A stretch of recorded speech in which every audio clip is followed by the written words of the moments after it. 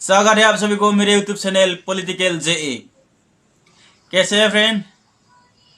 उम्मीद करता हूँ आप सभी लोग अच्छे होंगे। आज मैं राजा ग्राफी यूट्यूब चैनल की वीडियो पर रिएक्ट करने वाला हूँ और मेरा यूट्यूब की दुनिया में सबसे बड़ा फेवरेट राजा ग्राफी यूट्यूब चैनल ही है और मैं राजा भाई की वीडियो के ऊपर रिएक्शन करने वाला हूँ। रिएक्शन तो ऐसा होने वाला है बहुत ही मस्त, आप लोग पूरा देखिए। कनाडा भी इजराइल के ऊपर पाबंदी लगाएगा, तो देखते रहिए। बहुत ही अच्छा बात है, बहुत ही अच्छा न्यूज़ है। पूरा देखिए, बीच में स्किप करके ना जाए। पहले हम वीडियो देखते हैं। तो आए मेरे साथ साथ आप लोग भी देखिए। अभी वीडियो शुरू हो रहा है। अमेरिका ने कई इजरायलियों पर सेटलर्स पर पाबंदी लगाई है क्योंकि वो सेटलर्स फिलिस्तीनियों पर हमला कर रहे हैं और ये वायलेंस रुक नहीं रहा है।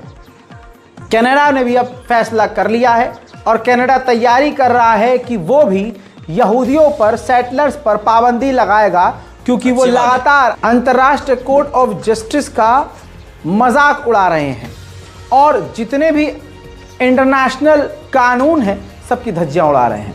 हालांकि इससे इजराइल पर कोई फर्क नहीं पड़ रहा है।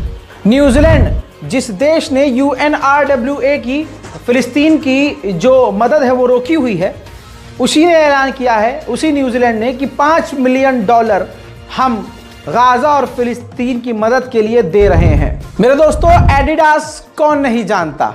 एडिडास इंटरनेशनल ब्रांड है। उसके CEO ने कहा है कि लाल सागर में तनाव और खतरे की वजह से डिलीवरी लेट हो रही है और महंगा हो गया है सामान, क्योंकि रास्ता लंबा पकड़ना पड़ रहा है, जिसकी वजह से कॉस्टिंग बढ़ गई है, चीज़ें महंगी हो गई हैं। यानी जो लोग कहते हैं कि यमन में कोई ताकत नहीं है, उसके हमलों की वजह से बड़ी बड़ी कंपनियां इस वक्त हिल गई हैं। मेरे दोस्तों, एक बड़ा डर पूरी तरह से पूरी दुनिया में यमन के खिलाफ यमन का फैल गया है। जैसे एक ऑस्ट्रेलिया से, ये देखिए, एक समुद्री जहाज बड़े लेवल का भरकर लगभग 16,000 भेड़ और गायें भरकर जा रही थी ऑस्ट्रेलिया से इजराइल। लेकिन ऑस्ट्रेलिया को इतना खौफ आया कि आधे रास्ते से अपने इस जहाज को वापस बुला लिया, वापस ऑस्ट्रेलिया के पोर्ट पर चला गया है और इन भेड़ बकरियों को क्वारंटीन करके किनारे रख दिया गया है। और ये तमाम भेड़ बकरियां जा रही थी, भेजी जा रही थी इजराइल। भले ही ईरान ने भारत को कोई भी दिलासा दिया हो, लेकिन लाल सागर में खतरा हुथीस का इतना है कि भारत ने अपनी नेवी के लिए सिक्योरिटी लाल सागर के आसपास बढ़ा दी है।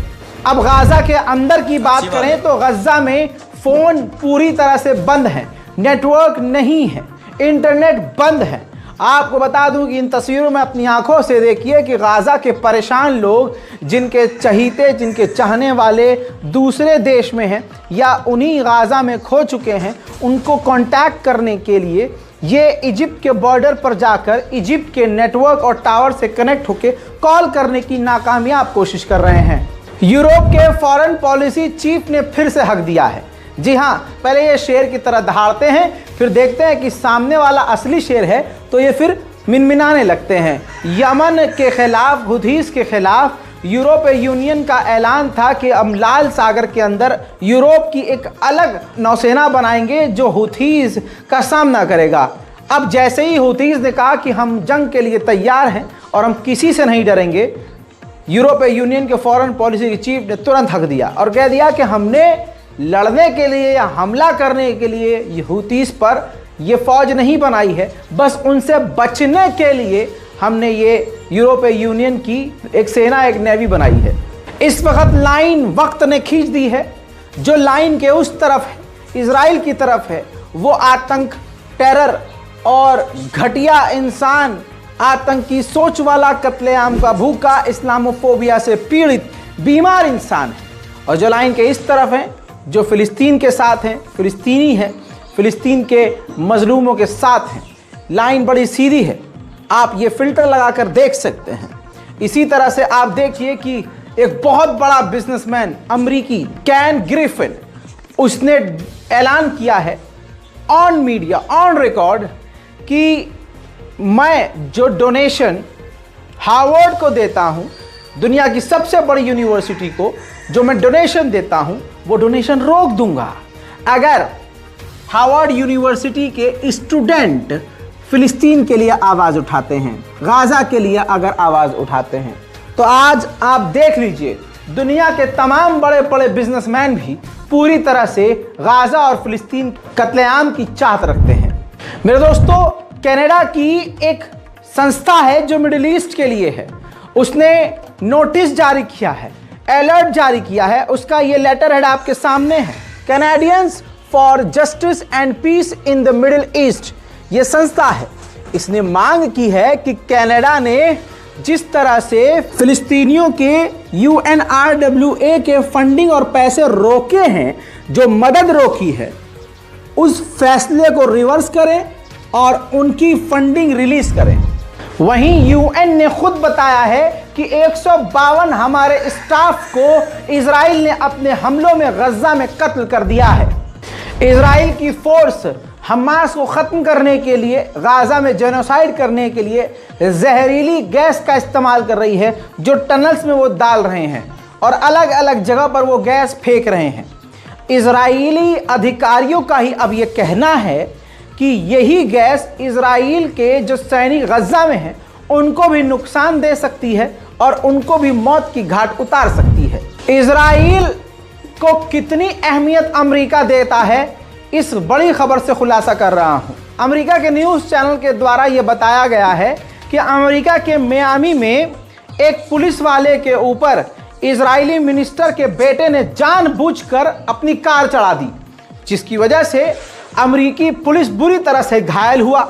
लेकिन उस इजरायली मिनिस्टर के बेटे को कुछ ही देर में छोड़ दिया गया, गिरफ्तार नहीं किया गया, क्योंकि उसके बाप को इम्यूनिटी मिली थी कि वो इजराइल का मिनिस्टर है और अमेरिका के बेहतरीन रिश्ते हैं, जिसकी वजह से रिलेशनशिप खराब ना हो, इस वजह से उसके बेटे को छोड़ दिया गया। यानी इजरायली मिनिस्टर का बेटा या उद्योगपति, इजरायली उद्योगपति का बेटा अगर हो, बेटा या बेटी, तो वो अमेरिका में रह के अमेरिका की खुद अमेरिकी पुलिस को भी मार पीट सकते हैं। यह है नाजायज औलाद से अमेरिका की मोहब्बत।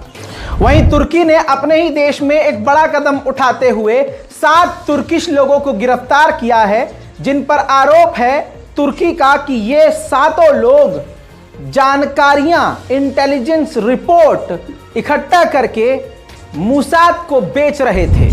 मेरे दोस्तों, फिलिस्तीन बनाने से इनकार इजराइल का बच्चा बच्चा कर रहा है।